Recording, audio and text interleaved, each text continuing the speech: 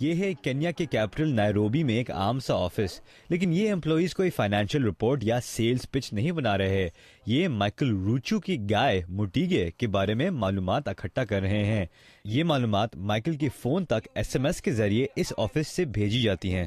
سو کاہمبو نے آئے کاؤ نامی اس SMS سروس کو شروع کیا. مویشیوں کی دیکھ بھال کے لیے انہیں پالنے والے کاشتکاروں کو اکثر رہنمائی کی ضرورت ہوتی ہے. کسی لاعلمی کی وجہ سے کاشتکاروں کو بہت نقصان بھی ہو سکتا ہے.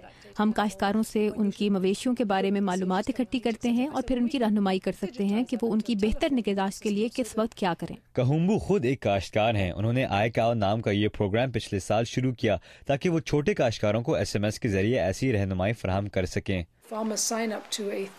کاشتکار ہماری سروس میں رجسٹر ہوتے ہیں اور ہم انہیں ہفتے میں 3 دفعہ SMS کرتے ہیں. ان میسیجز میں ہم مویشیوں کی دیکھ بھال کے بارے میں اہم معلومات بھیجتے ہیں. مائیکل روچو کا کہنا ہے کہ یہ سروس ان کے بزنس کے لیے ایک اور وجہ سے بھی فائدہ مند ہے.